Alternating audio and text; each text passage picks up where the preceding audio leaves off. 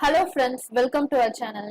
இன்னைக்கு நம்ம சேனல்ல என்ன பார்க்க போறோம் அப்படின்னா, ஸோ Creo.do அப்படிங்கிற ஒரு கம்பெனில நான் ஜாப் அப்ளை பண்ணியிருந்தேன். ஸோ அந்த ஜாப் அப்ளை பண்ணதுக்கு எனக்கு இன்டர்வியூ ப்ராசஸ்மே நடந்துச்சு. ஸோ அந்த இன்டர்வியூலையுமே நான் வந்து செலக்ட் ஆகியிருந்தேன். ஸோ அது என்ன ஜாப், ஸோ நான் என்னென்ன மாதிரி என்கிட்ட கொஸ்டின் கேட்டாங்க, என்னென்ன ப்ராசஸ் நடந்துச்சு அப்படிங்கறத தான் இந்த வீடியோல நம்ம கிளியரா பார்க்க போறோம்.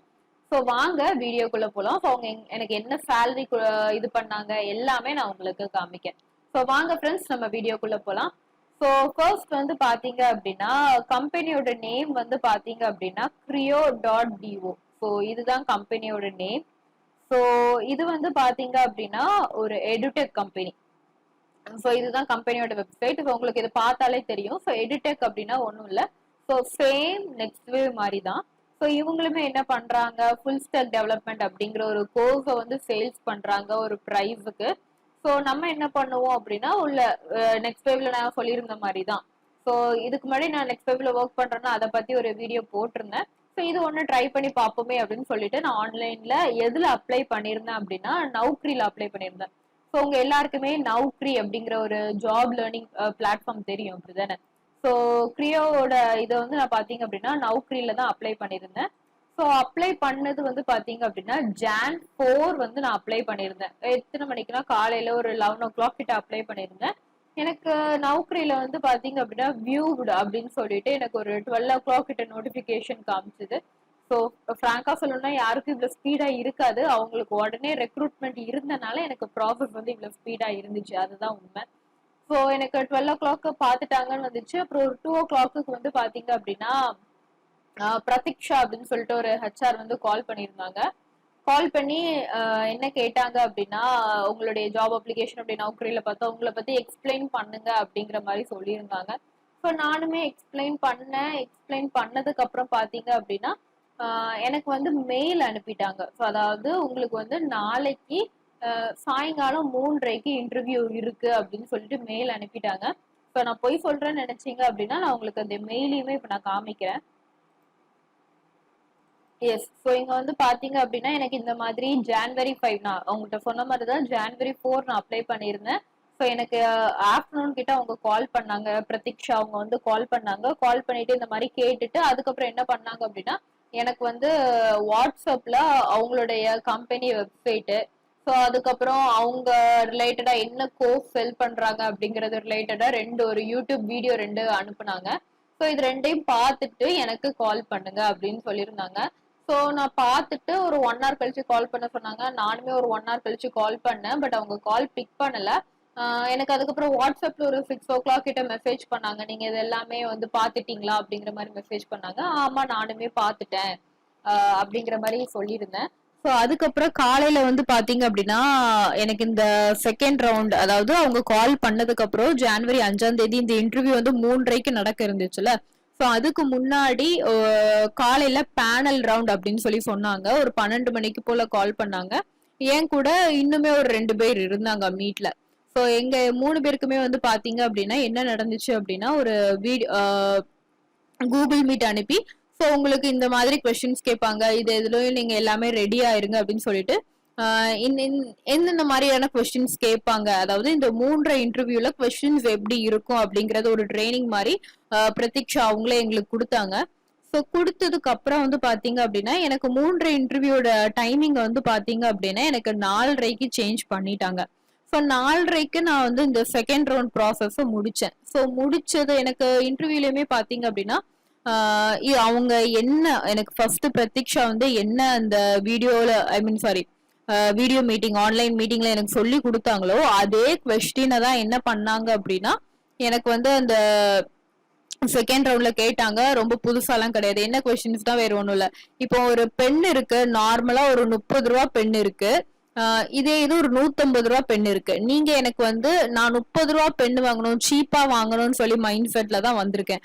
ஆனா நீங்க என்கிட்ட வந்து ஒரு 150 ரூபா பெண்ணை செல் பண்ணணும். அப்ப நீங்க எப்படி செல் பண்ணுவீங்க அப்படிங்கறது தான் கொஸ்டின். ஸோ அப்ப அந்த டைம் என்ன பண்ணணும் அப்படின்னா, நம்ம வந்து அவங்களோட பெனிஃபிட்ஸ், அதாவது இப்போ நீங்க ஹை குவாலிட்டி பெண்ணுங்கிறப்போ வந்து பாத்தீங்க அப்படின்னா உங்களுக்கு வாட்டர் ப்ரூஃபா இருக்கும். ஸோ உங்களுக்கு வந்து கிரிப் இருக்கும்.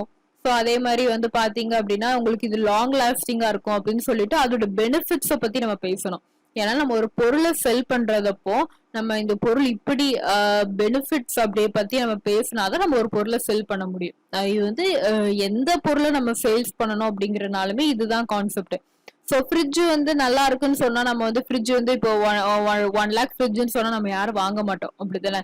ஸோ இந்த ஃப்ரிட்ஜ்ல வந்து வச்சா பொருள் கெட்டே போகாது, அவ்வளவு நாள் மத்த ஃப்ரிட்ஜ்ல 5 நாள் வச்சா இங்க 10 நாள் ஃப்ரெஷ்ஷா இருக்கும் அப்படின்னு சொன்னாதான் அது ஒரு ஹைப், அதோட பெனிஃபிட் சொன்னாதான் நம்ம வாங்குவோம், அப்படிதானே? ஸோ அதேதான். ஸோ எந்த பொருளை செல் பண்றது இது எல்லாமே அவங்களே உங்களுக்கு நரேட்டிவ் வந்து காலையில கொடுத்துட்டாங்க. ஸோ எனக்குமே கொடுத்துட்டாங்க காலையில. ஸோ இதுதான் இருந்துச்சு. அப்புறம் கடைசியா வந்து எக்ஸ்ட்ராவா என்ன சொன்னாங்க அப்படின்னா என்ன ஒரு மார்க் கொடுக்க சொன்னாங்க. ஸோ இப்போ நான் சொல்றது எல்லாமே கம்ப்ளீட்டா வந்து பாத்தீங்க அப்படின்னா இங்கிலீஷ்ல தான். ஸோ நானுமே ரொம்ப ஃப்ளூவெண்டா கிராமட்டிக்கல் மிஸ்டேக் இல்லாமலாம் இங்கிலீஷ் பேசல, எனக்கு தெரிஞ்ச இங்கிலீஷ் தான் நான் பேசினேன்.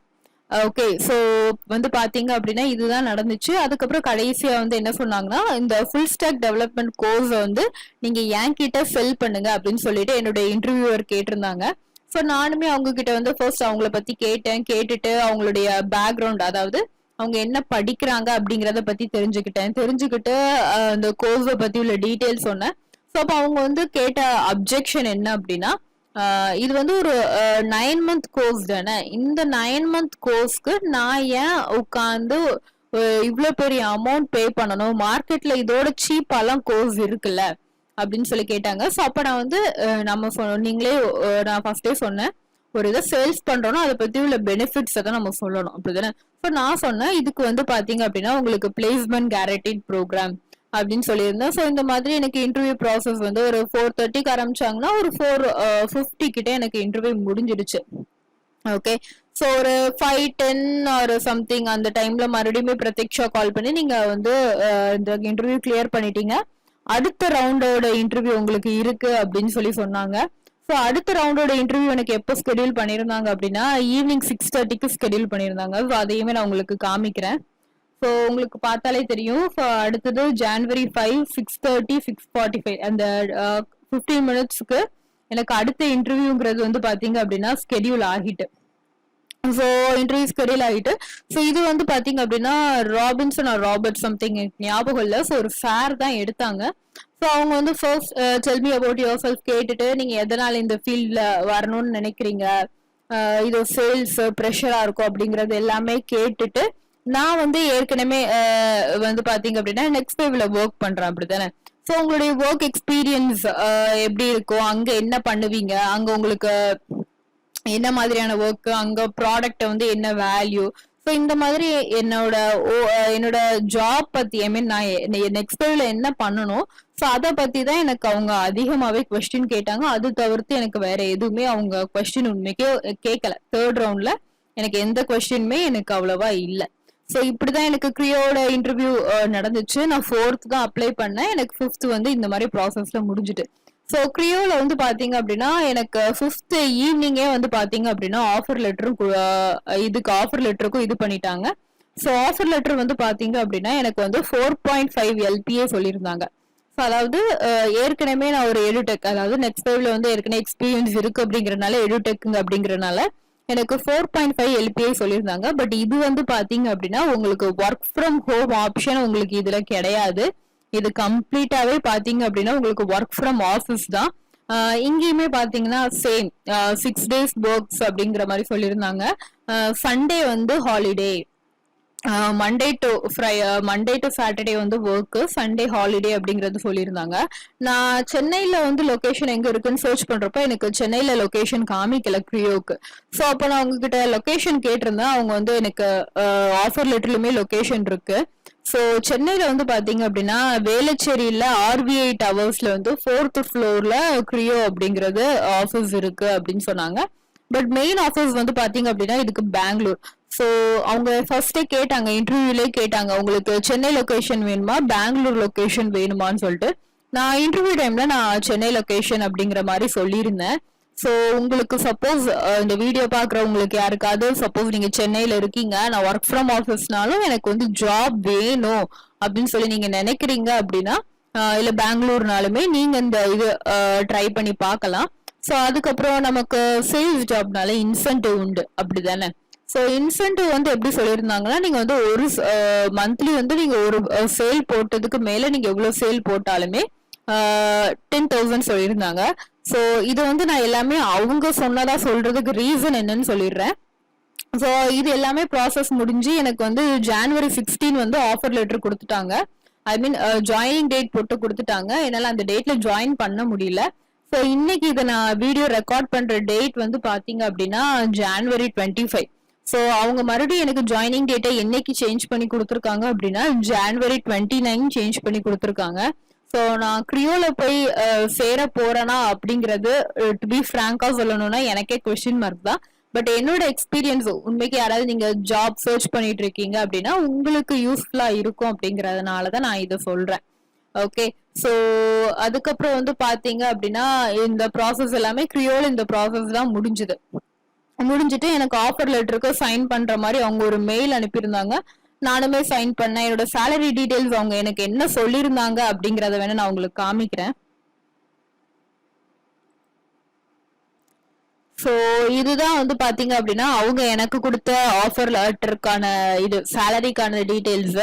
ஸோ இதுல வந்து பாத்தீங்க அப்படின்னாலே உங்களுக்கு தெரியும். ஸோ எனக்கு வந்து பாத்தீங்கன்னா கையில அங்க ஒர்க் ஃப்ரம் ஆஃபீஸ் அப்படின்னா கையில வந்து ஒரு 32,800 சம்திங் இருக்கிற மாதிரி அவங்க போட்டு கொடுத்துருந்தாங்க. ஸோ இந்த மாதிரி தான் இருந்துச்சு. ஏன்னா எனக்கு வந்து 4.5 LPA உங்களுக்கே தெரியும். நீங்க 4,50,000 டிவைடட் பை 12 போட்டீங்கன்னா உங்களுக்கு 37,500 சம்திங் அந்த மாதிரி வரும்.